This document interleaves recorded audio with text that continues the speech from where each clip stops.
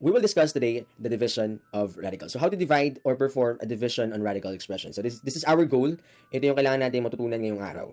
Okay? Without further ado, allow me to give you the first example. So in this case, we need to divide this radical expression for square root of 8x raised to 5 over to square root of 2x raised to 2. So ang gagawin mo lang dyan, we need to apply the quotient rule for radicals. So you can separate them up.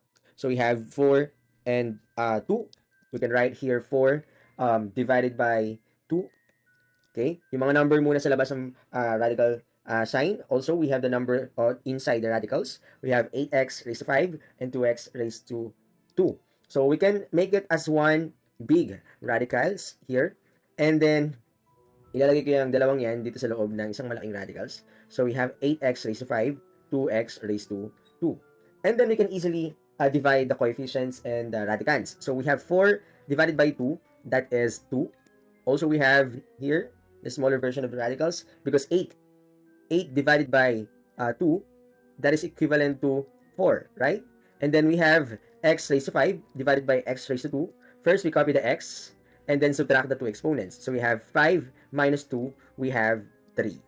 So yun na yun. So meron tayong 2 square root of x raised to 3. But there's more. We need to factor these things. Okay? So, for us to be able to simplify these things, so we have 2. Also, we can write here square root of 4. Tapos ito ihiwalay natin ng square root of x raised to 3. Basically, pinaghiwalay ko na itong 4x raised to 3. And let's see what will happen. Okay? Of course, 2 will remain here. Square root of 4, that is equal to 2. Then, square root of x raised to 3. As you can see, yung 3 dito ay mas malaki kay 2. So, pwedeng ilabas yung x. Pero may matitira. So, 3 divided by 2. So, isa yung magagawa natin dyan na 2 sa 3. So, ibig sabihin, may lalabas dyan na x na naka-raise sa 1. Tapos, merong remainder kasi, di ba? When you divide 3 and 2, 3 by 2, there is a remainder 1. So, we have x raised to 1 here. Okay? So, finally, we simplify the things outside the radicals. 2 times 2, that is equal to, let me write here the continuation, 4. And then x raised to 1 would be x square root of x. And this is the result of division in this in this particular expression. Okay, when we evaluate the following radicals. So, as we continue, allow me to give you another example. We have 9x raised to 2 cube root of 16x raised to 5 over 3x raised to cube root of 2x raised to 2. So for us to do that, allow me to give you or to basically simplify these things, no? So first, yung number muna, 9 divided by 3. So we have 3, right? Next is, we have the x squared divided by x. So, same basis, copy mo yung base. And then, subtract mo ngayon yung exponent. May invisible na 1 dyan. 2 minus 1, that is 1. So, we have 1 here. So, we can write it or we cannot. Pwede rin naman. And then, malaking version ng cube. And let me copy the things inside the radical. So, we have a 16x raised to 5 over 2x raised to 2. Then, next is simplify natin. 3x, a cube root of, now we divide these two numbers. 16 divided by 2, that is 8. And then the letters or the variables, x raised to 5 divided by x raised to 2, copy the x, and then subtract the two exponents. So 5 minus 2, that is 3. Okay? And then we evaluate the following radicals. So if there is any simplest form, so meron tayong 3x dito, right? And then, pwede natin siyang isulat as cube root of 8 or cube root of x raised to 3. So, try natin i-simplify na itong part na to. So, we have cube root of 8. Iwalay muna natin. Then, cube root of x raised to 3. Again, hiniwalay ko lang para mas madali natin ma-visualize. 3x, magagawin mo tayo dyan? Of course, wala. So, we have 3x here. Cube root of 8, that is basically 2. Okay? And then, cube root of x raised to 3. Of course, we can cancel this one because the answer would be 1. And then, the answer for this matter is x. Okay, we combine all the similar terms. So, we can basically multiply 3x times 2. So, that is 6, right? However, there is an x here. X, kapag minultiply mo sa x ulit, the answer must be x raised to 2. We add the two exponents. And that is the final answer for particular example.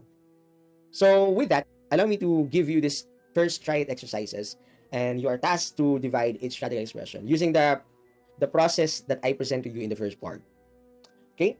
So, now, allow me to move on to the next part of our discussion in dividing radicals. rationalizing the denominator is much important here because sometimes may mga pagkakataon na merong square root sa ilalim ng, or root sa ilalim ng fraction bar or sa denominator. So, ang kailangan natin gawin doon, ang process na gagawin natin doon is we need to rationalize them. Okay? So, ang sabi dito, a process to remove a radical from the denominator, ito yung proseso, is called rationalizing the denominator. So, the nth root of a perfect nth power simplifies completely. So, look at this one.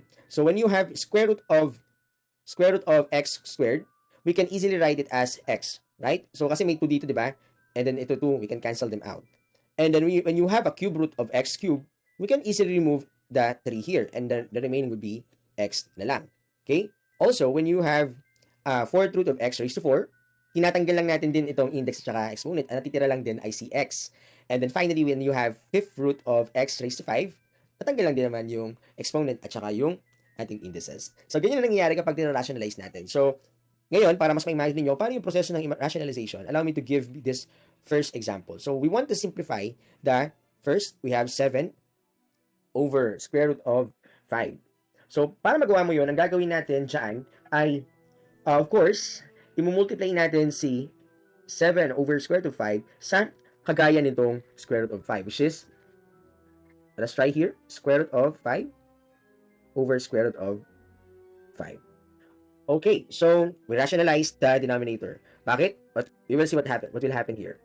So we have here the 7 times square root of 5. Mag-multiply tayo ng fraction. Numerator muna tayo. 7 square root of 5. For square root of 5 times square root of 5, of course, we can write it as square root of 5 squared. Right?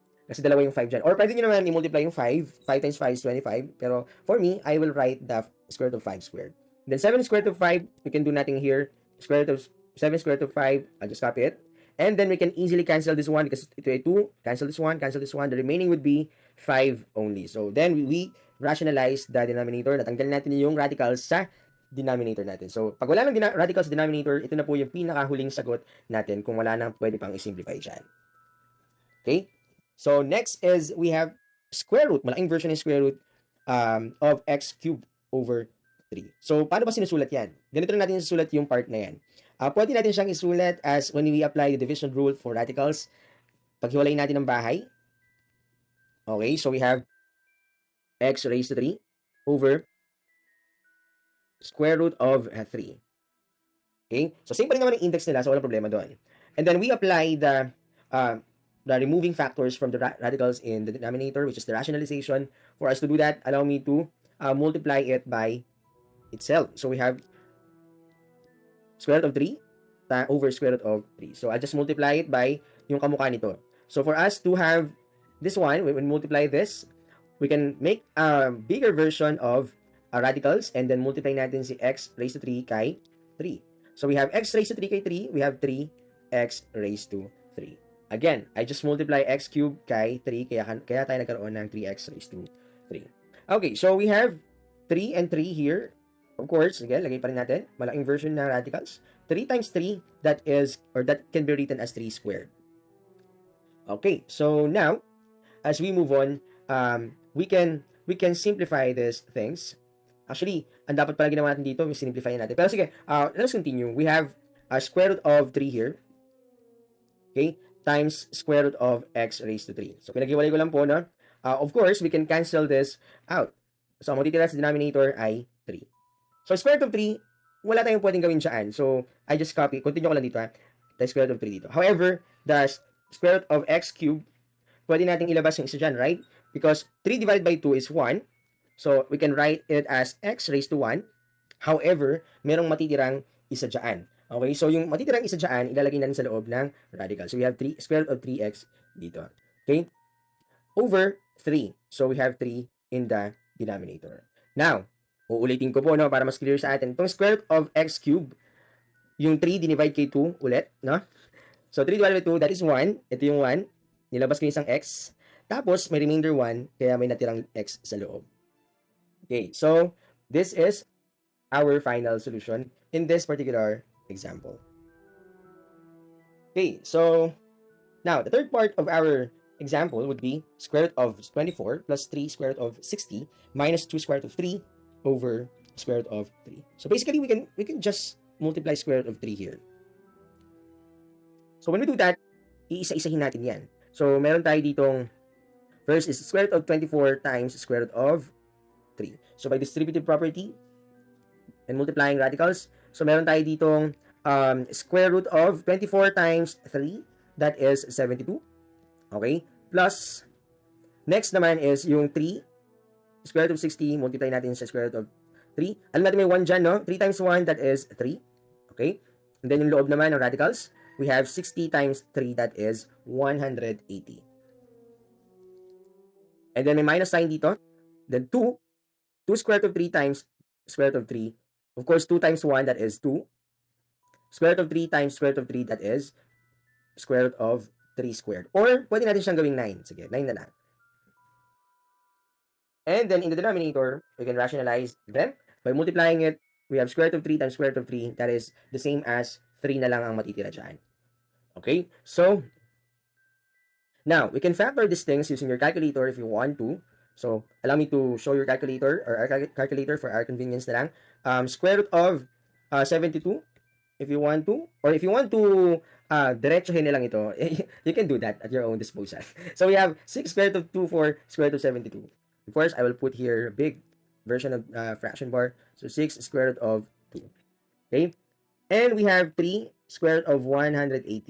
Okay? So, that is 18 square root of 5. So, plus 18 square root of 5. Minus,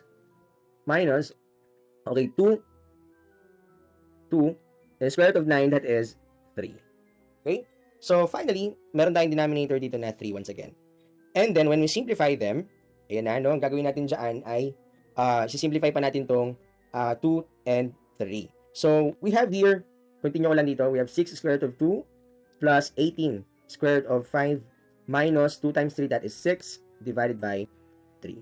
So, there is one thing that we need to consider here. We can just simplify this one because look at the numbers outside the radicals. Okay? Alam natin na pwede siyang i-divide kay 3 sa baba. Kapag ganyan kasi students, pwede pa natin yang paghiwa-hiwalayin or pag-simplify. Okay? So, 6 divided by 3, we can write it as 2. Right? Square root of 2. Again, dinivide ko po itong part na to dito. Basically, ang dinivide ko lang talaga dyan yung numbers na naka-color green na mark dyan. Nasa labas ng radicals. So, 18 divided by 3, that is positive, I think 6. And then, I just copy the 5, square root of 5. Then, minus 6 divided by 3, that is 2. And this is the finally simplest form of this particular expression. Okay, so, this is the next try it. Try to pause this video and try to come up with an answer for this particular try it exercises. So, allow me to continue my discussion in this part of our lesson. In this case, there is one thing that we need to observe here. May iba dito sa part na itong example na to. Yung denominator dito nadagdagan ng isa pang term. Kanina kasi yung term is isa lang, like square root of 3 and so on. Dito, meron pa tayo nadagdag na isa pang term, like may plus 1 sa ilalim. So, of course, we will use the rationalizing denominator. The thing is, kapag sinabing rationalizing denominator, kailangan lang naman talaga matanggal natin yung radicals sa ilalim ng fraction bar. So, for us to do that, allow me to give you some simple ways or remedy to do that. We will multiply it sa kabaliktaran ng sign naman. Of course, I just copy the square root of 2 once again. Pero this time, yung plus 1, babaliktarin ko, magiging negative 1 yan, or minus 1. Kung ano ginawa ko sa taas, ganun din ang gagawin ko sa baba. Bakit? Kasi, when you divide this 1, square root of 2 minus 1, over square root of 2 minus 1, di ba 1 lang din naman yan? Kasi 1 pag 1, minultiply mo sa everything din naman yung lalabas dyan, di ba? So, ginawa ko lang to para lang matanggal ko talaga itong radicals sa ilalim ng tulay. Kasi bawal ang bahay sa ilalim ng tulay. Yun ang tandaan ninyo. Okay? So, we need to apply the distributive property. Basta, ang tawag pala dito guys, no, para baka makalimutan ko. Ang tawag dito sa portion na to is conjugate, ha? So, conjugate. Tawag sa rationalization na ginamit natin is conjugate. In here, we can easily multiply 3 square root of 2. That is 3 square root of 2. Okay? So, next is 3 being multiplied to negative 1. That is negative 3. All over. Okay? So, ito na. Nagagamit tayo dito ng, I think, foil if you want to. Or, as you can see, pwede naman natin itong i-apply din. At dahil, alam natin na parang magkaiba lang naman yung sign. Alam ko meron ditong particular rule na ginagamit for us to easily navigate it. So, turuan ko na lang kayo ng rule na yun, no? Dahil parehas sa square root of 2 and the square root of 2, kahit huwag nyo na gamitin ng FOIL method, so we have square root of 2 quantity squared. Again, ulit ang conversion. Square root of 2 quantity squared. And then, I will just use this part, okay? At tignan natin, dahil magkaiba yung kanilang sign, kukopihin ko lang muna yung minus sign. Alam ko kasi kapag multiply ko yan, negative na yung lalabas. Tapos, dahil parehas ng silang number, kukopihin ko yung number dito at i-erase ko sa dalawa. Kasi dalawang number 1 yan. Okay? So, ayan na, i-simplify pa natin. When we simplify this one, square root of 3 square root of 2, we can just copy 3 square root of 2 minus 3 here. And then, cancel natin tong square root at saka yung square. Ang matitira sa baba, si 2 na lang. Wala na tayong rational or wala na tayong radicals. And then, minus 1 squared. 1 squared, that is 1. And then finally, after simplifying these things, we have 3 square root of 2 minus 3 all over 2 minus 1. Ang sagot is 1. Okay? Pero sa toong buhay, kahit huwag natin sulat si 1. So, finally, the final answer would be 3 square root of 2 minus 3. Okay? So, I hope you have to take time, you have to include time to visualize these things. Paano nangyari to? Paano nangyari itong conjugation na to? Or paano natin na-rationalize yung denominator? Basta ang goal is mawala yung radical sa denominator and for us to find the final answer here. Okay? So, now we move to the next example. So, we have 6 square root of 2 plus our square root of 5 over 6 square root of 2 minus square root of 5. Okay, so, ayan. Medyo bibigyan ko lang kayo ng konting pasada dahil alam kong marami itong magiging solution sa part na to. Allow me to, yan, i-move ko lang muna, no? In here, alam natin na may mga radical sa ilalim ng tulay. So, tanggalin natin yung mga radical sa ilalim ng tulay. For us to do that, we will just get the conjugation of 6 square root of 2 minus square root of 5. So, alam natin na kapag sinulat natin yung kabaliktaran yan, of course, 6 square root of 2, ilagay ko lang muna dito.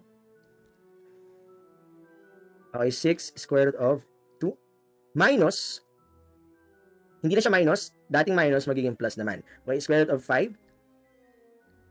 Okay, so of course, meron tayo sa babang 6 square root of 2 plus square root of 5.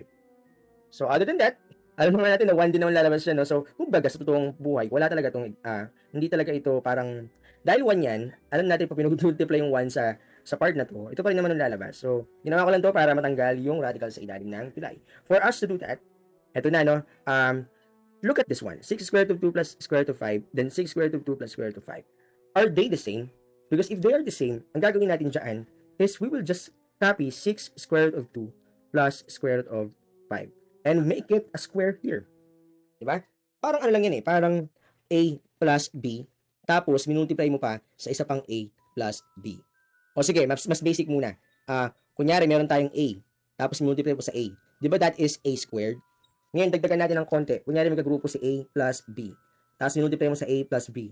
Di ba pwede siyang isulat as A plus B quantity squared? Okay?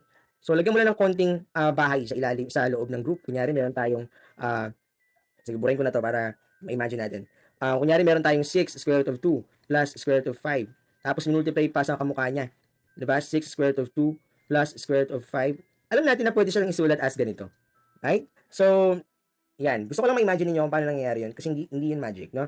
Ngayon, meron tayong denominator sa part na to. Itong 6 square root of 2 minus square root of 5, i-multiply doon natin sa 6 square root of 2 plus square root of 5. For us to do that, may gagawin tayo dyan.